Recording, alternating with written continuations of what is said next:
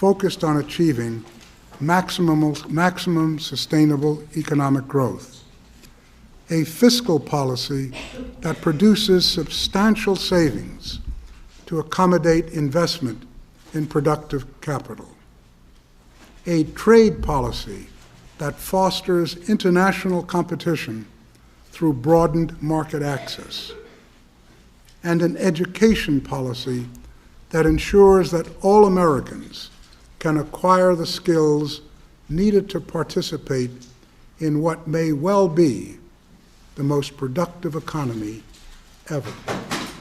Thank you very much. It's been a pleasure being here.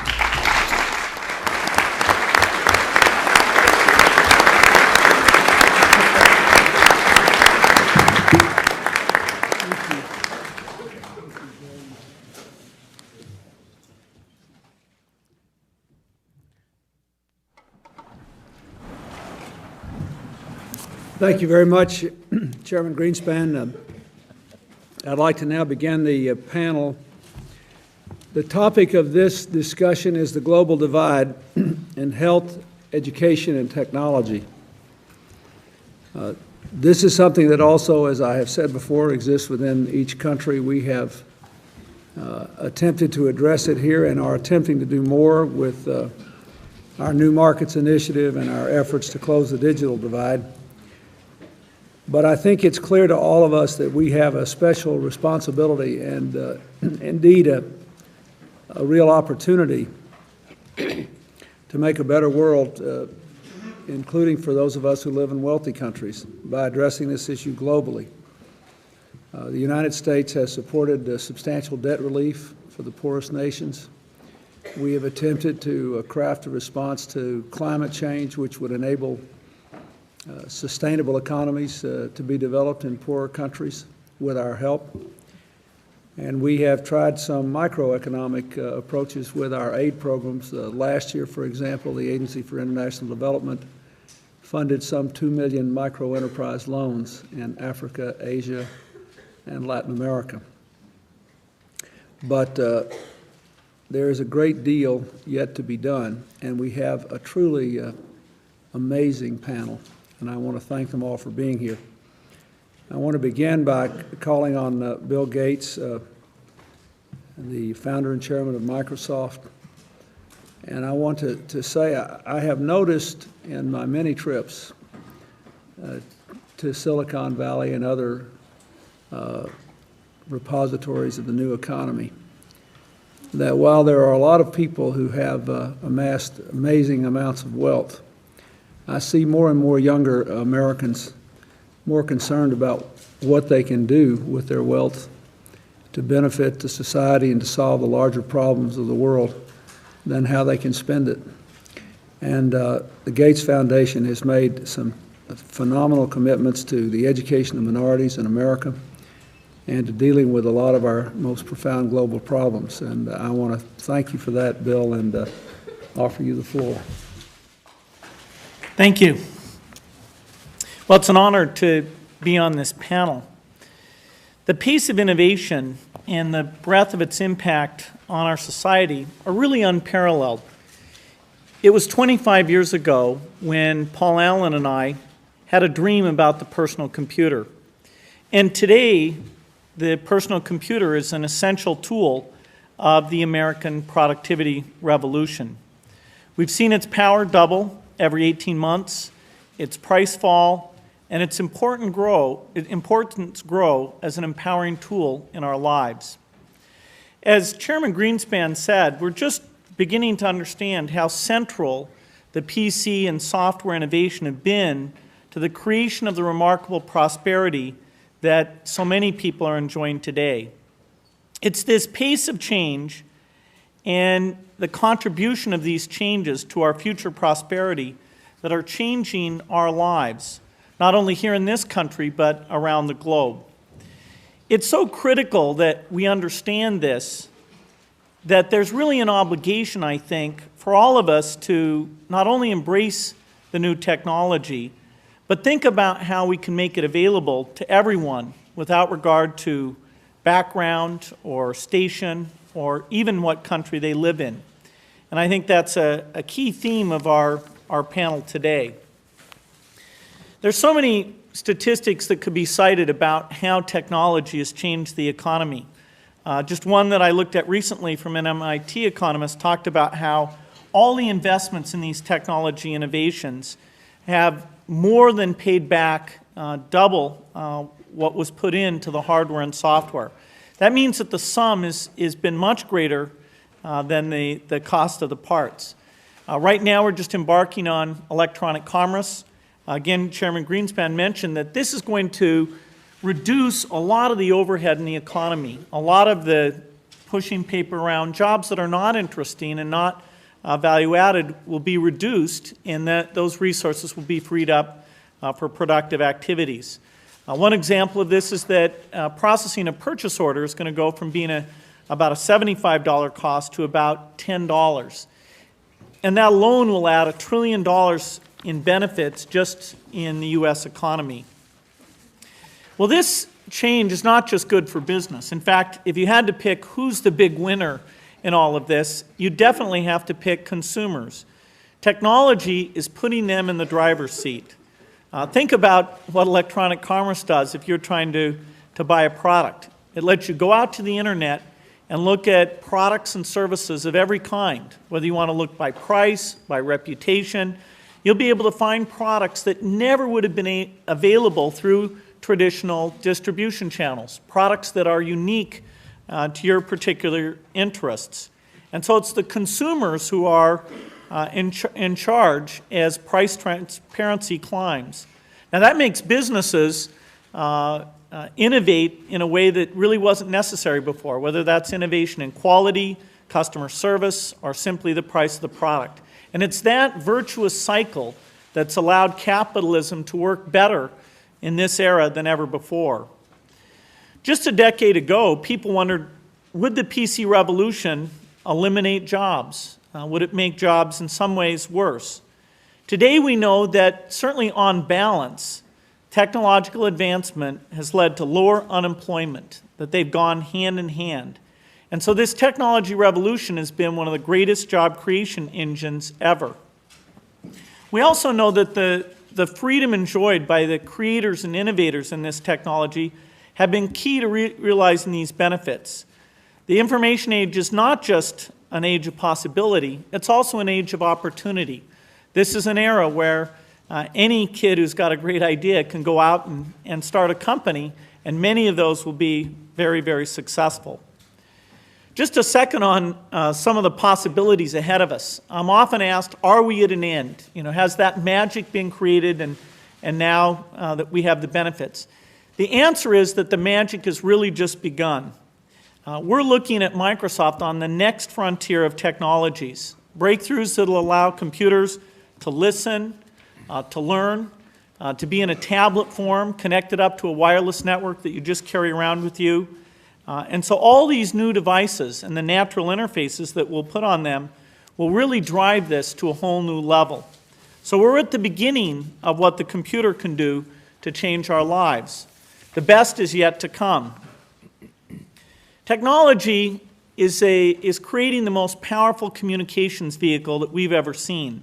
And it has the ability to wipe away barriers. When I walk the halls at Microsoft, workers at Microsoft who come from other countries are sitting there reading the newspapers from their country, listening to the radio station, and being involved in discussion and debate with any sort of topic or any community that they want to be involved in. And nowhere does this technology hold more promise than in education. The internet and the personal computers are critical tools that teachers will be able to use in new and exciting ways. In this age, learning will be more student-centered and more global. Software will let teachers share best practices with each other. They'll let students reach out to find other students with common interests, and they'll allow the world of knowledge to be easily available.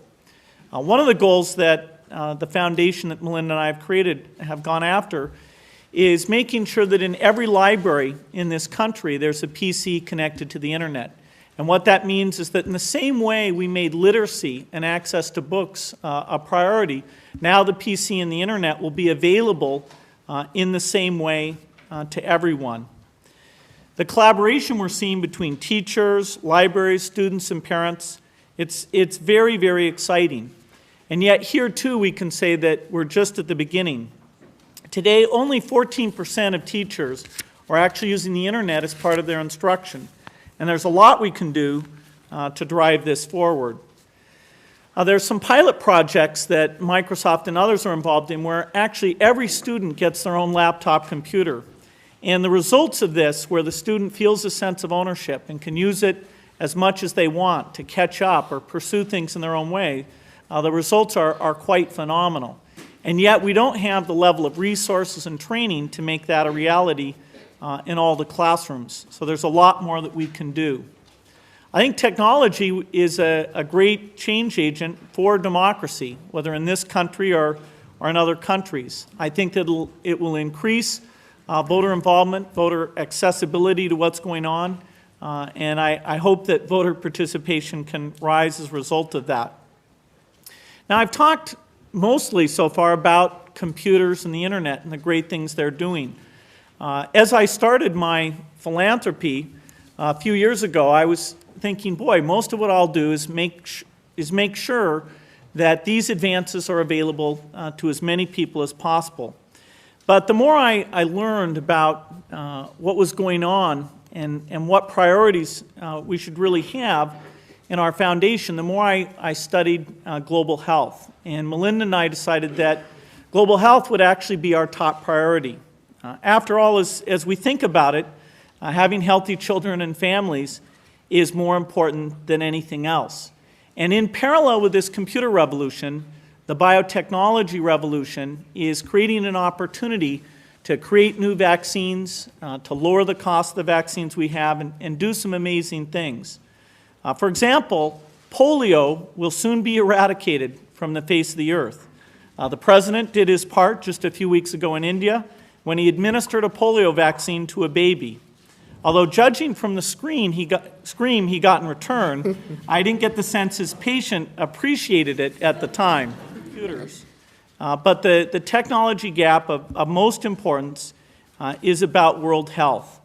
You know, the difference between having a polio vaccine or not having a vaccine, or having the best diagnostic equipment or not, is a deadly difference. And that's a technology gap I'm very committed to lessening as much as we can. One of the partnerships that we've gotten involved in is called the Global Alliance for Vaccines. This group has a really profound goal.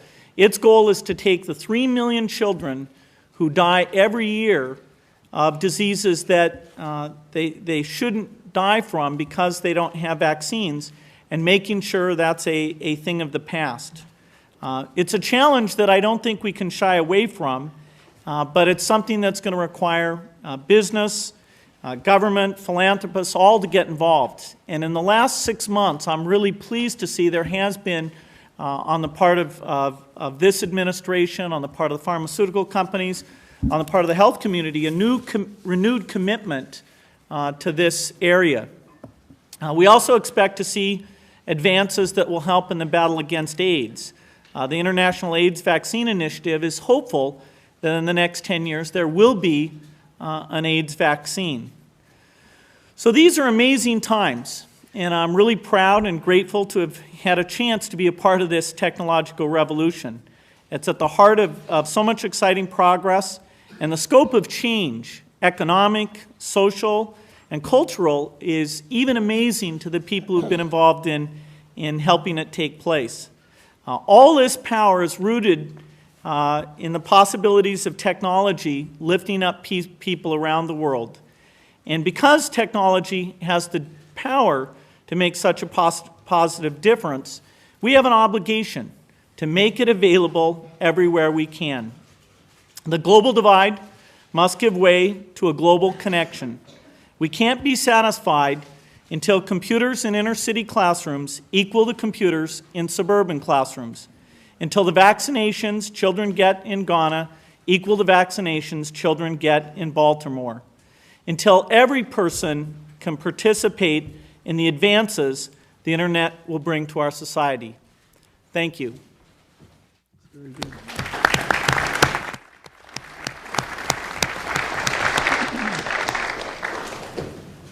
me just say briefly, we had a meeting here, as you know, I think, with the major pharmaceutical companies in our country not very long ago to discuss what we could do with them to give them tax incentives and other support to help to develop vaccines in areas where most of the users will be in countries that are too poor to pay market prices for the vaccines. So I do think that we, and I hope our European colleagues will follow us, should take the lead in providing financial incentives so that these vaccines can, A, be developed and then be delivered.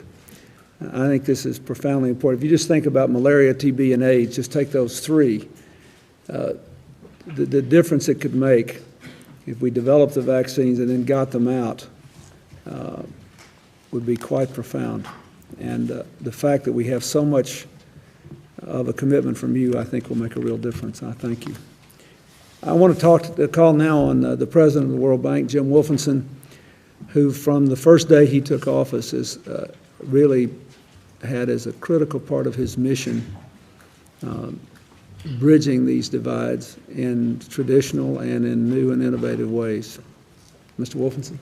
Well, thank you very much, Mr. President, and for the invitation and to talk about the new economy, which I think I'm invited to extend to mean the global economy, because our country is integrally linked with the globe in ever-increasing ways, and as we look forward to the new economy, it has to be perceived as a global economy.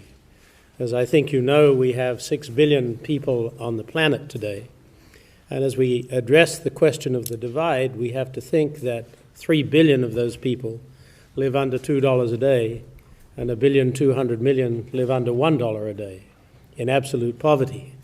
So as we hear Bill talk about getting computers in every classroom and 14% of the teachers only using computers for teaching, in many of the parts of the world we deal with, there are no computers, and surely well less than 1% of the teachers are in fact using computers for teaching purposes. But the issue is not just static, because as we look at the new economy, we need to project forward, if not the millennium, 25 years. And in the next 25 years, we will add 2 billion people to our planet. And the 4.8 billion that now live in the developing countries will in fact grow to 6.8 billion, or just short of it. So the challenge that we face of this digital divide is not just one of measurement, it is one that really faces us with the issue of not only the interaction of that economy with us in terms of the impact on our economy, but will in fact be the determinant of peace and tranquility around the world. Unless we can deal with that issue of the divide as our issue in the new economy, we will fail in internal activities that we do here without regard to other parts of the world. So I make that as the first point. Second point that I'd like to make is that we were asked to talk about technology, health, and education. And indeed, these are fundamental elements in terms of breaking down the digital divide. But let me say that that needs to be looked at in a context, first of all, that breaking the divide will be dependent on economic growth in those countries. As our distinguished Secretary of the Treasury said the other day, if you have a discussion of these issues without talking about growth, it's talking about Hamlet without the prince. And I quote him as he sits there. But indeed, it's true. The issue of economics is fundamental to what we're dealing with. But interacting on economics are the issues of technology, education, and health. And as we look at the developing world in which we're operating, they are in fact fundamental issues. But they also require a framework in which they can operate. In the countries in which we're dealing, we must have a legal and a governance system which works. We must have a judicial system which works. We must have financial frameworks. We must have fights against corruption. I put that, Mr. President, because it's important to put in context that to bridge the digital divide is not just addressing the questions of technology, education, and health.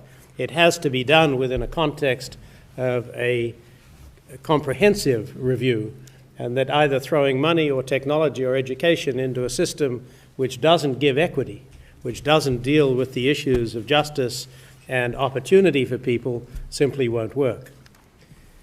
In looking at the divide, we have recently done a study, Mr. President, of 60,000 poor people around the world. We've interviewed those people in a project called Voices of the Poor. And what is fascinating is that they're no different from any of us in this room. They want opportunity for their kids. They want education. The biggest challenge to their livelihoods of poor people is, in fact, health. Because if you're living on $1 a day and you get sick and you can't earn money, that is not just an inconvenience, that is a question of life. So they want opportunities to have their health care protected, but they also want opportunities for themselves to get out of their condition. And this is where education comes in. Because education within that framework is the key determinant for people in poverty themselves to find their way out of their condition. And so for us, the focus of so much of our activities interrelates the health and the education activity. It makes no sense to get kids to school if before the age of 4 they're physically damaged because of lack of health care. The Bloom studies have shown that 50% of your intellectual development comes before the age of 4. And that's before you get to school. So if you don't have proper health care to deal with people at that time, and I know Bill Gates is so deeply concerned with these health issues, this becomes for us a central focus of what we're trying to do in the digital divide question. So there is a nexus between the health and education issue, and of course there are the whole issues involved in getting an adequate level of education for developing countries. When Alan Greenspan was talking about the inadequacy of a high school education in this country and the need for continuing education at community colleges, that is a fantastic dream. But our dream in so many parts of the world is to get primary education. Our further dream is to get secondary education. For very few people is the opportunity for tertiary education. And this presents us with an enormous challenge and an enormous sense of fear which comes with the challenge of globalization. As we look in our country at the challenge of technological innovation as a challenge to losing jobs, imagine what it's like in developing countries as you see the digital divide presenting you with yet another mountain to climb before you can compete internationally. And here, however, the story is not all bad. In fact, the opportunity exists because technology can both provide the challenge, but it can also provide the answer. And that is where I believe in this new economy we're coming into a new and highly positive phase in terms of the difference between the rich and poor countries, between the developing and the developed. We have many examples of how it is that use of technology in terms of distance learning, in terms of information on markets, in terms of creating new markets with e-business, in terms of allowing people to have access to global knowledge, may well provide the key for the breaking down of that digital divide. It is itself a challenge, but it is itself a great opportunity. I may just close by saying, Mr. President, we had someone recently in Ethiopia who was there trying to determine how we could assist on the development of e-business. And he thought that he was going to deal with a group who had no idea of it, and he said to a group such as this, does anybody here know what a website is? And someone put up their hand and said, well, I do, I have a website. And he said, how do you have a website in Addis Ababa? There are no connections. He said, it's very easy. He said, in the United States, cab drivers in Chicago, New York, and Washington are Ethiopian. And what they want to do is to send goats to their families in Ethiopia. So I've opened a website in New York. I go to my cyber cafe every day and I collect the orders from the cab drivers to send goats to their families in Ethiopia. These opportunities, Mr. President, are there well beyond goats, but they are, if we can give the opportunities in technology, I'm a great believer, Mr. President, that we can help bridge the gap in education, health, and in commerce, and I'm very optimistic. Thank you very much.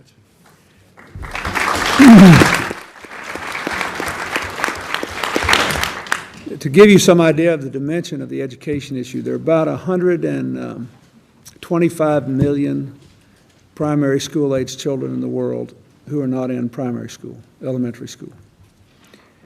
40 million of them in sub-Saharan Africa. That 125 million figure is about the same number of kids, the total number of kids in grade school in the United States and Europe.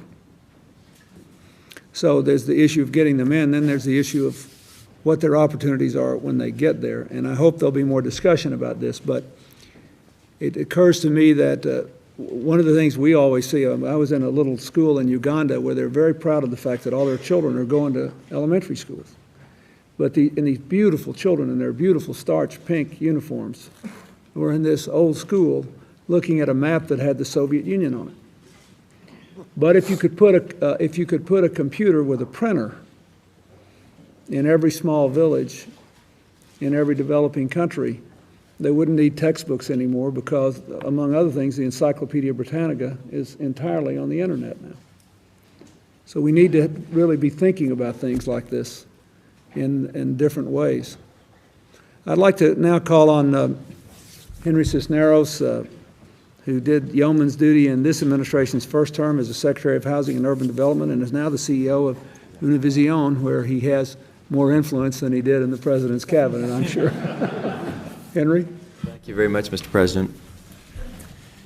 The challenge of this panel is to discuss ways to harness the new technologies to bring those who are left behind, both domestically and internationally, into the sphere of the new economy.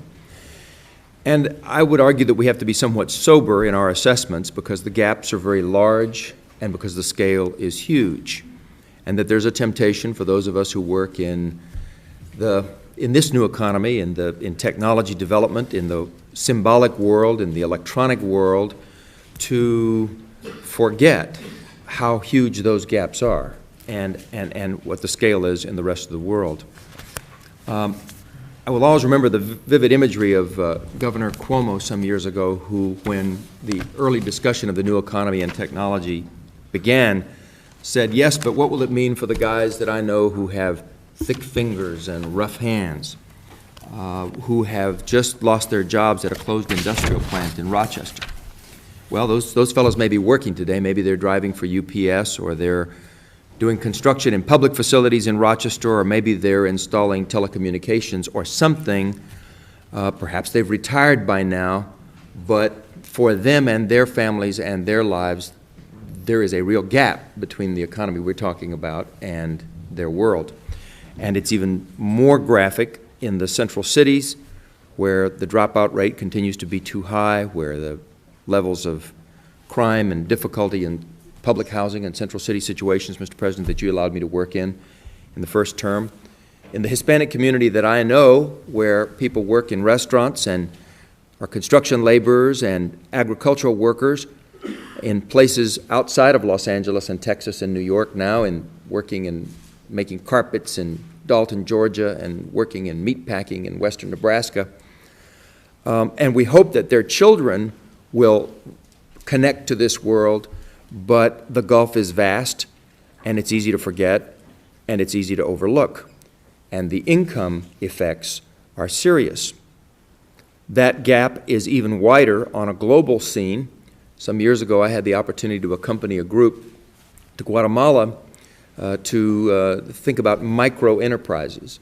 A micro-enterprise in Guatemala means a $200 loan to a woman who is working in a marketplace. And it struck me that these were two ships passing in the night that would never sort of meet. The imagery that came to my mind was of the Star Wars movies, when they hit hyperspeed and sort of one economy is gone and the other is left behind. The problem of AIDS in Africa. Indian engineers populate Silicon Valley, but you just saw the vastness of poverty on the Indian subcontinent. I don't want to be a Cassandra, but it's sometimes too easy to take a few anecdotal cases of instances where the internet is reaching or technology is reaching and suggest that that constitutes a massive wave, when we know, as Mr. Wolfensohn has said, that the numbers are so massive and the need is so great.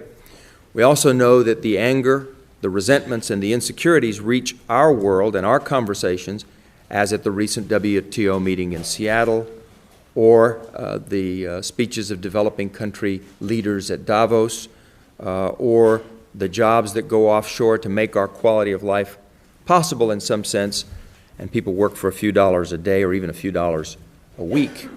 So, as Chairman Greenspan said, it is important that policymakers remain vigilant, because it's easy to get euphoric about this and just sort of forget the reality of what's there. In our own country, looked at some numbers last night, our own Commerce Department says that for people who are above $75,000, they're 20 times more likely to have internet access than people at the lower rungs of our own economic ladder, 9 times more likely to own computers above $75,000 than those at the lower rungs. I did the numbers myself last night from another source, and above $75,000, internet access in America is about 60.3% of households.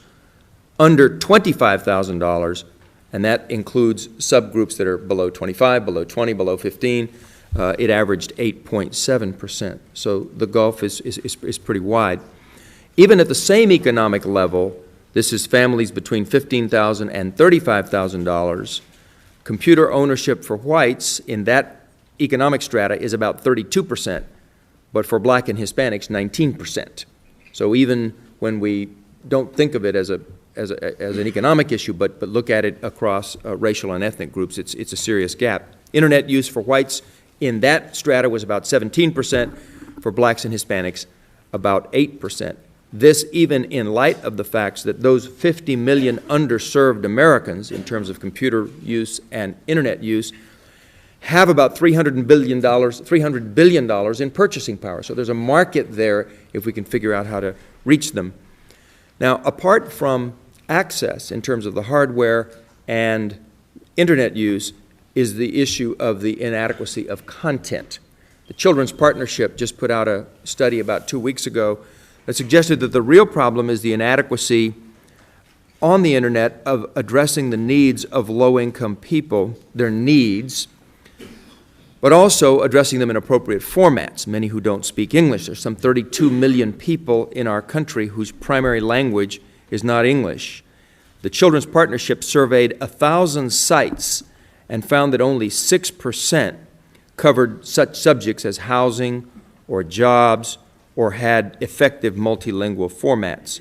So the need on the content front is to create search engines that help people with these particular needs, to provide translation services, to provide multimedia that's user-friendly, audio, for example, instead of text for people who may have trouble reading text, interactive devices that are more engaging, and to use people from communities who know what the needs are and are actually designing the sites that people can utilize.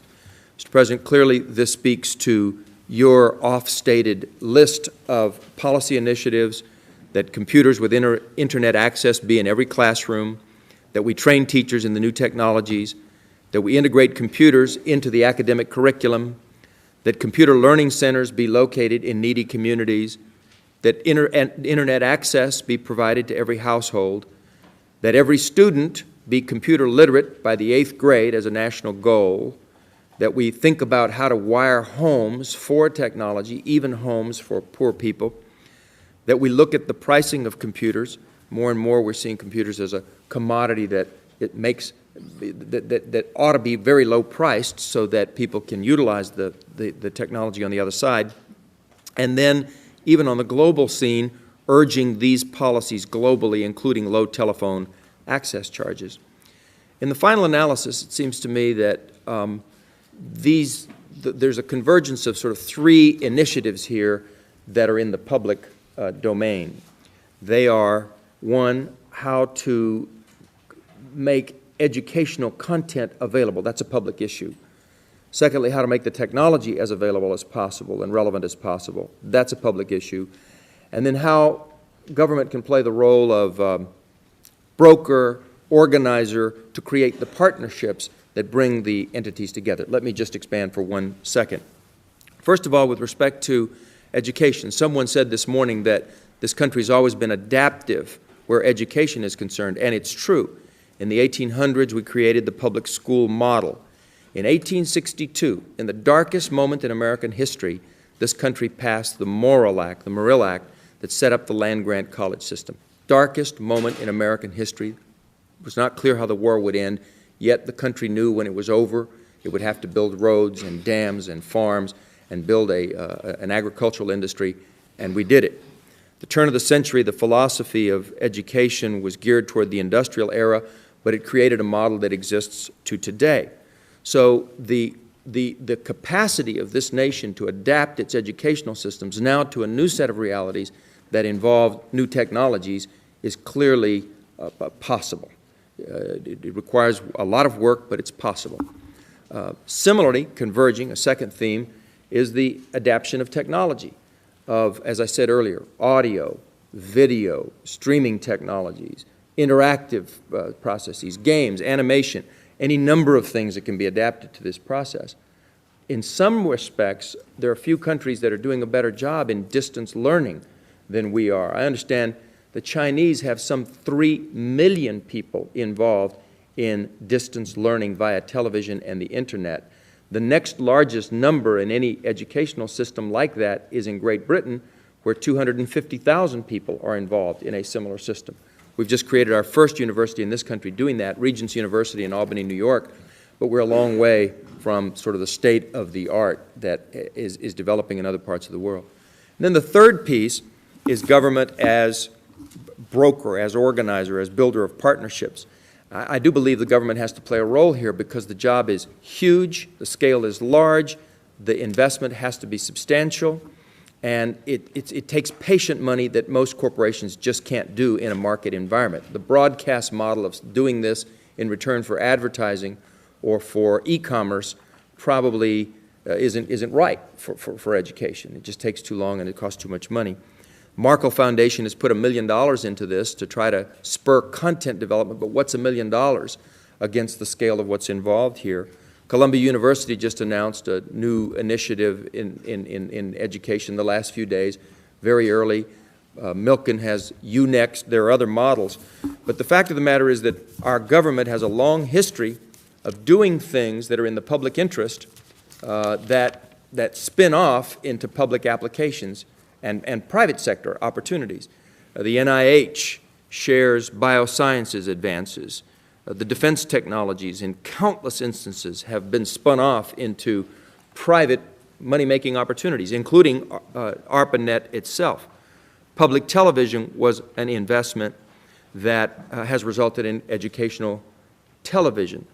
So it strikes me that the opportunity to bring educational advances, technology advances, and the role of government as partner to sort of seed some of these things, learning from this entrepreneurial era that it cannot be the old bureaucratic model, but something new, some kinds of new partnerships. But I'm just contending that the content gap is too great to leave it be and hope that somehow it solves itself, or hope that the profit-making broadcast model of selling advertising or e-commerce will get it. The stakes are too large, both within our own country to close this gap on content, and the contribution we can make in the world by our leadership on this issue is a tremendous opportunity as well. Thank you, sir. I'd like to now call on Dr. Amartya Sen, who won the Nobel Prize in 1998 for his magnificent work on poverty, ethics, and economics, and who has come from Cambridge University to be with us. Thank you, sir. And we're honored to have you here. Thanks. Delighted to have this opportunity. The subject of the panel discussion, of course, is quite vast, and I was told that we each have 4 minutes, which is not a very long time, though I was very encouraged to see that 4 minutes could be interpreted rather imaginatively. However, I'll confine my observations mainly to really one central point, which I think has fairly extensive implications, which I won't be able to explore here, but I do believe it has a fair amount of reach on other fields. The main point is this. I think we live in a world of many interactive institutions: the market, the government, the democratic process, the media, the NGOs, the research institutions, public and private, and so on. Each of them can play a major but complementary role in enhancing the well-being and freedom of the individuals in the society and in the world at large. The closing or even narrowing of the global divide requires, I would argue, an understanding and informed use of this institutional complementarity. For example, the democratic process is important not only because political freedom is valuable in itself, but also because it provides political incentives to the government to prevent insecurities and crises such as a famine. Indeed, famines, which I spent some years studying at one stage, it's interesting that no famine has ever occurred in any democratic country. They have happened only in colonial regimes or in military dictatorships or in one-party states, like the Soviet Union in the 1930s, or in China in the early 1960s, and Cambodia in the 1970s, or in North Korea right now.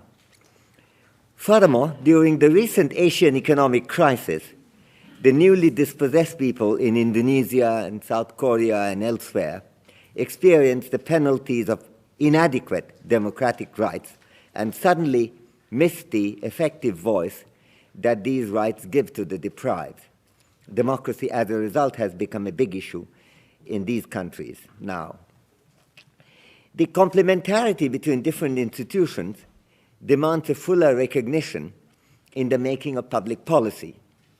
The market mechanism can provide an enormous opportunity to raise incomes and to expand living standards, and yet there can remain major gaps. For example, the special incentives may have to be created by public policy to make private firms develop and deliver the goods and services needed particularly by the poor with inadequate purchasing power. Bill Gates has already discussed the issue of vaccines in that context and his program connected with that. And that, of course, is an extremely important initiative. I think we have to think innovatively about these issues. And there are other issues. One of the interesting suggestions came from my friend Michael Kramer, who I believe is here, who has argued that providing public commitment in advance to purchase substantial amounts of particular vaccines against malaria, TB, HIV, for example, as and when these vaccines are actually developed, could be very important from an incentive point of view. Just as democracy creates political incentives, enlightened public support can create economic incentives of a very vital kind. Indeed, the complementarity between different institutions, or to say it in another way, between different kinds of freedoms, economic, social, political, is one of the major lessons of modern development experience. For example, the expansion of educational arrangements for women, a crucial social freedom, has been observed to lead to remarkably diverse and far-reaching achievements on the basis of quite extensive statistical studies, including reduction of gender inequality, of course, but also stimulation of economic growth, sharp fall in child mortality, rapid reduction in fertility rates, and the broadening of the reach of the political process. I was delighted to see, Mr. President, in the newspapers, the pictures of you mixing with and encouraging intrepid rural women in Rajasthan, given the fact that Rajasthan has been one of the most backward parts of India in terms of women's education and gender equity, really one of the absolutely near the bottom. These sights were certainly, for me and for many others, extraordinarily heartening. One final point, the nature of the global divide can be very complex, as I've tried to discuss in my recent book, Development as Freedom.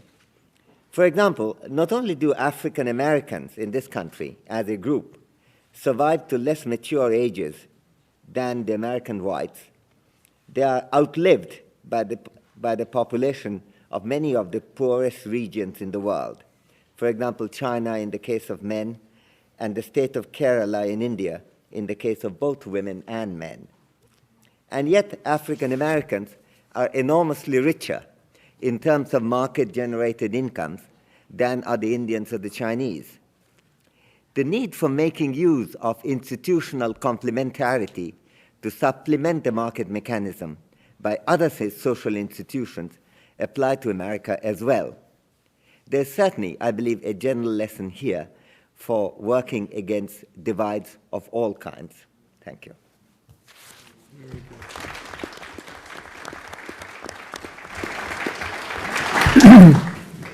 And now I'd like to call on Mirai Chatterjee, who is the Secretary of the Self-Employed Women's Association of India.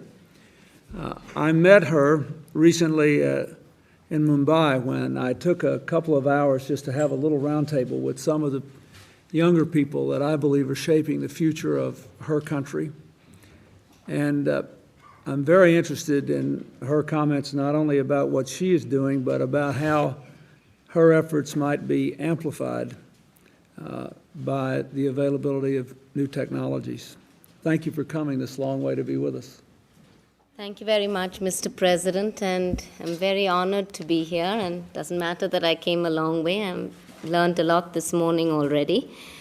I would like to share some experiences from the Self-Employed Women's Association, which is a union that I represent of 250,000 very poor women workers who are earning definitely less than $1 a day, more close to 40 cents a day. What we have learned in the last 30 years of organizing women is that work and employment are central to poor women. As my sisters in Seva again and again say, if we work, we survive. If we work, we can eat, we can feed our families. They work hard and long hours and are ready to maximize any employment opportunities that come their way that are available. But despite this, I'm sorry to say that the income divide for my sisters is increasing, both within India and across countries. This morning in the panel, we heard very eloquently from the panelists how the Human Development Report has also brought out the income gap increasing between the poorest countries and the richest countries. And this is so also within countries like my own, India. The good news is that while income inequality is increasing, the divide even in poor countries like mine in health and education is narrowing down. If we look at infant mortality in the last 50 years since independence, we have been able to halve our infant mortality from 146 per thousand to 72 per thousand live births. It's still far beyond what we would like. And similarly, education gap has been narrowing, but the income inequality gap is increasing. And I think we need to look, where is this divide happening? Where is this inequality happening? Where is the arena for all this? And if we look, it's very clear it is happening in the informal sector, which is the source of employment, income, and survival for the mass of the world's working poor. If we look at the figures in Latin America today, about 50% of the non-agricultural workforce is engaged in the informal sector. In Asia, it's 40 to 60%, and in Africa, 75%. And in my own country, as I was sharing in the round table in the pre-lunch session, the figures are 93%. A full 93% of the Indian workforce is in the informal sector. They are vulnerable workers. They have no protection. They have no labor legislation. They are the poorest, and this is where the income inequality and the divides are happening. And yet it is a very vibrant part of the economy. I mean, 63% of GDP is accounted for, Indian GDP is accounted for by the informal sector. We also account for 55% of national savings. So it's a vibrant, dynamic, growing sector, although it is the poorest.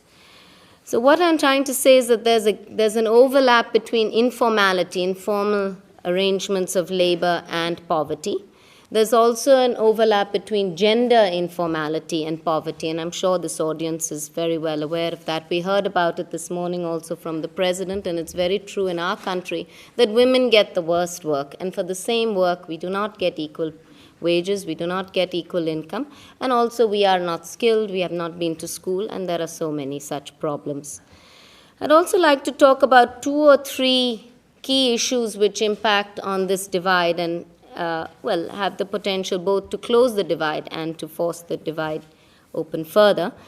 One is the impact of globalization and liberalization, and as most of you would know, we are one of the last countries in the world to open our economy. Our experience with globalization is about 10 years old. And from the point of view of the poor, it has been a very mixed experience, and it has also, in some ways, enhanced the divide, in some ways, closed the divide. If I look at the positive impact, one is that we have our own women's cooperative bank in India with 125,000 women depositors. And with globalization and deregulation, we've been able to get financial services more and more to our rural members.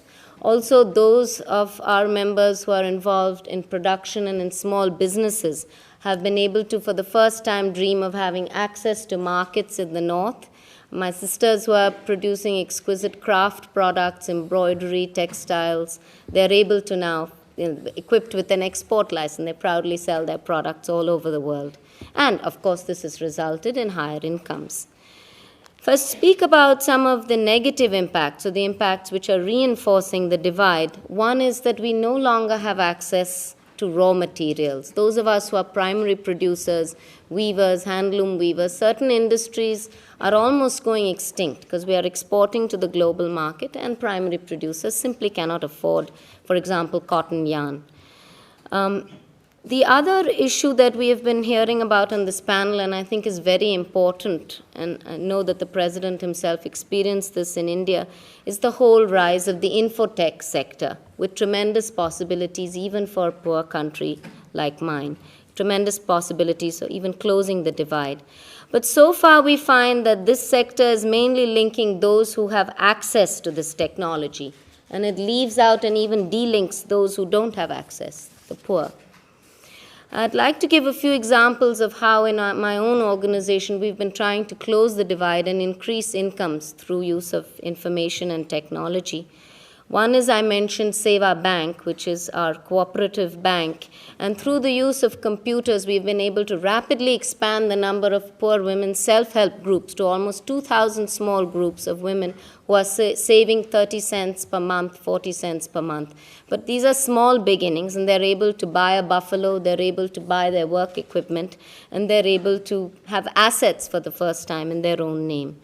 Similarly, the economic organizations, and there are over 1,000 small collectives and economic organizations that we have promoted in Seva, they are able to produce better, have contact with different markets through the computer and through the internet. Even a simple technology which you know for many years in the US but is still new to us, the telephone, has revolutionized the lives of many of my rural sisters in Seva.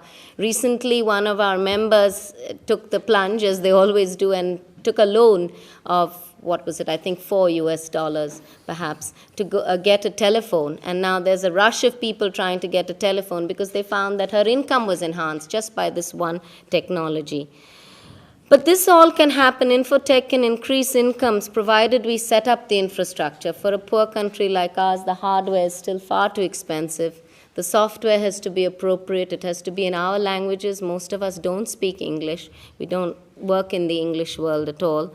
And we also have to have training and backups of services. What happens if something crashes suddenly in a remote rural village? So these are the kinds of supports that we need. But we have a lot of what shall I say, we are also excited by the infotech revolution.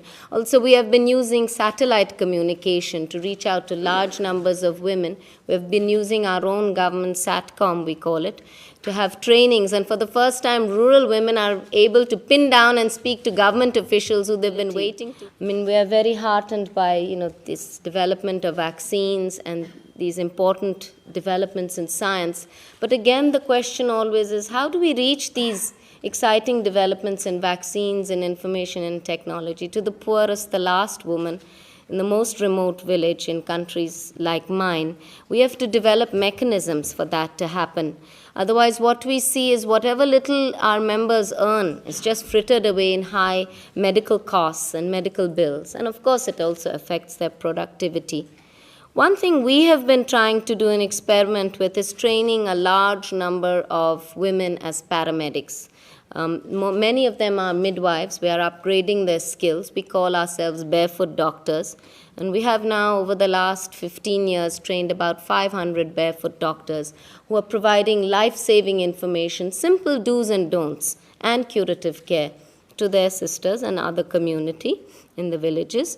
They're also running through their own cooperatives, which are like little businesses, their own low-cost pharmacies, at the same time providing medicines and then also making a living from this. They've also organized health insurance, which contrary to what the expectations were for the insurance companies in my country have been viable because they are run by women, controlled by women, and women are very interested to see that it's a viable activity and they earn from it as well. I'd like to just close my remarks by a few points on what we have learned from women and poor in my country and other countries as to how we can actually close the divide.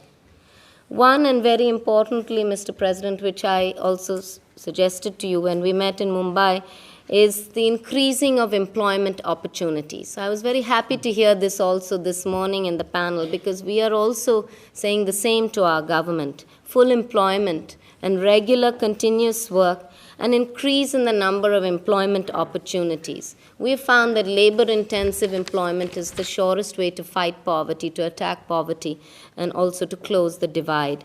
Just to give you a small example, there's one desert district in my home state of Gujarat which was written off as a basket case as hopeless, and the government turned to us, and based on their three existing skills, the women's existing skills of craft, agriculture and forestry, and livestock, we were able to, over 10 years, turn around the scenario to the extent that now 80% of the out-migration to the cities has been halted, just by promoting local employment activities and different opportunities.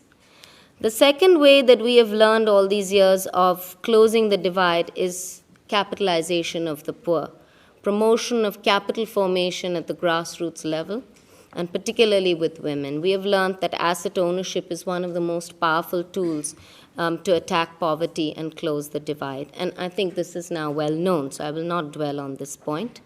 The third point is capacity building of the poorest. Even if they're illiterate, they're unschooled, we have learned that the poor have tremendous hunger to learn, particularly women. They want the opportunities.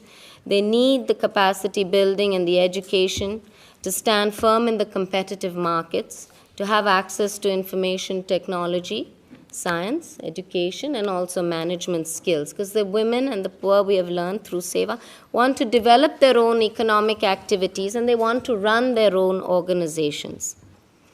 The fourth way we have learned, which helps close the divide, is providing social security, or what the ILO is now calling social protection, by which we mean at least healthcare, childcare, insurance, and shelter or housing services to face the chronic risks and shocks and the huge economic costs that the poor are constantly facing in their lives.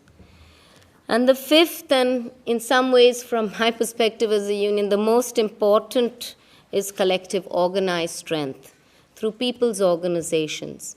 I mean, perhaps my being here is testimony to the fact that when some of the poorest women on the earth come together and organize, something very powerful happens. They get access, they get representation in boards, in committees, in panels, in their own country and also overseas. And importantly also that they must control the very poverty alleviation programs that are meant for them. Without this control, planning, monitoring, then it is not possible to close the divide and attack poverty.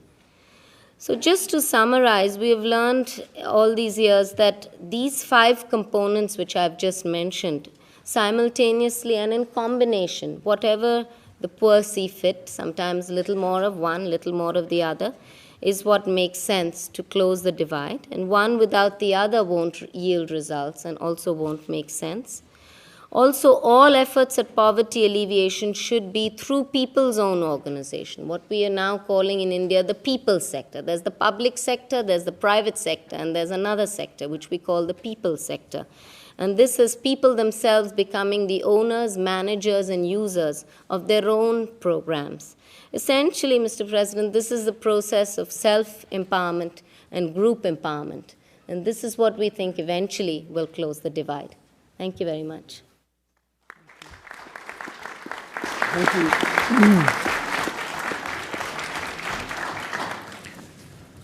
Well, I have a couple of things I want to say about that, but I want to wait until our last panelist has a chance to speak. And again, I thank both of you for coming such long distances to be with us. I'd like to now call on Bob Chase, who's the president of the National Education Association and has been a leading advocate for closing the educational divides in our country. Bob. Thank you very much, Mr. President. Thank you for the opportunity to share some thoughts today. I can't help but remembering the comment that was made